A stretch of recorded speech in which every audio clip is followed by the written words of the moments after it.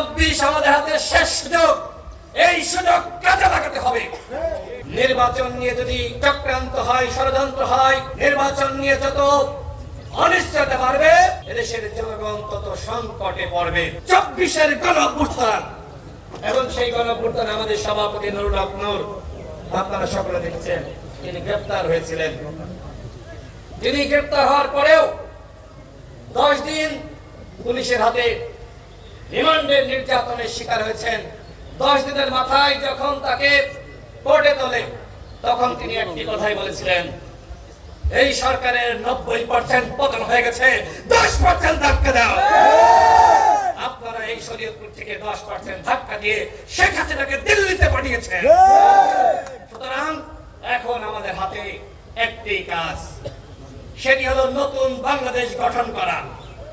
আমরা 90-এ এরশাদের পতন ঘটিয়েছি, আমরা 2007 সালে সেনা সমর্থিত ফখরুদ্দিন মঈনুদ্দিনের পতন ঘটিয়েছি, আমরা 71-এ আমরা পাকিস্তানকে হারিয়েছি, আমরা 69-এর গণঅভ্যুত্থান করেছি, 52-এর ভাষা আন্দোলন করেছি, কিন্তু এতদিনেও এখনো পর্যন্ত আমরা একটি উন্নত সমৃদ্ধ রাষ্ট্র গঠন করতে পারিনি। 24 আমাদের হাতে শেষ সুযোগ, এই সুযোগ কাজে লাগাতে হবে। আর এর জন্য আমাদের ভিতরে দরকার জাতীয় ঐক্য সংহতি। কালার এক্সপার্ট, জর্জ স্যাপ এবং মাইল্ড অন হ্যান্ডস টেকনোলজি সমৃদ্ধ অরিক্স ক্রিস্টাল ওয়াশ আপনার লন্ড্রি এক্সপার্ট।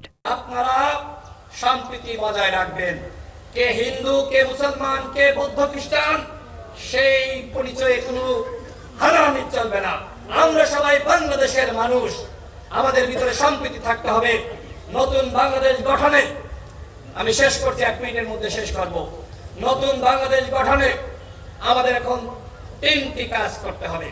প্রথমত, গণহত্যার বিচার এবং আওয়ামী লীগের যারা অপরাধী ছিল তাদেরকে শাস্তির আওতায় আনা।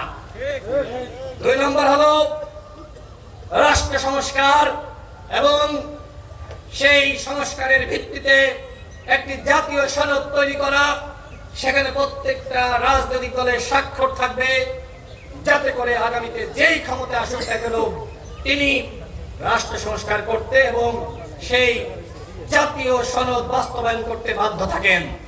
আমাদের 3 নম্বর দাবি হলো দ্রুত সময়ের মধ্যে একটি অবাধ সুষ্ঠু নিরপেক্ষ নির্বাচনের ব্যবস্থা করা। নির্বাচন নিয়ে যদি চক্রান্ত হয়, ষড়যন্ত্র হয়, নির্বাচন নিয়ে যত অনিশ্চয়তা বাড়বে, এদেশের জনগণ তত সংকটে পড়বে। সুতরাং আমরা চাই কোন ষড়যন্ত্র করা যাবে না। বাংলাদেশের মানুষ অবশ্যই গণহত্যার বিচার, রাষ্ট্র সংস্কার এবং দ্রুত সময়ের মধ্যে নির্বাচন চাই। গণ অধিকার পরিষদ আগেই বলেছে আমরা 300 আসনে প্রার্থী দিব। আপনারা যারা ইলেকশন করতে চান, এই শরীয়তপুর জেলার গণ অধিকার পরিষদের নেতৃবৃন্দ এখন থেকে কাজ শুরু করেন, মানুষের কাছে যান, মানুষের কথা বলেন, মানুষের কল্যাণে নিজেকে নিয়োজিত করেন। ইনশাআল্লাহ গণ অধিকার পরিষদের জয় হবে।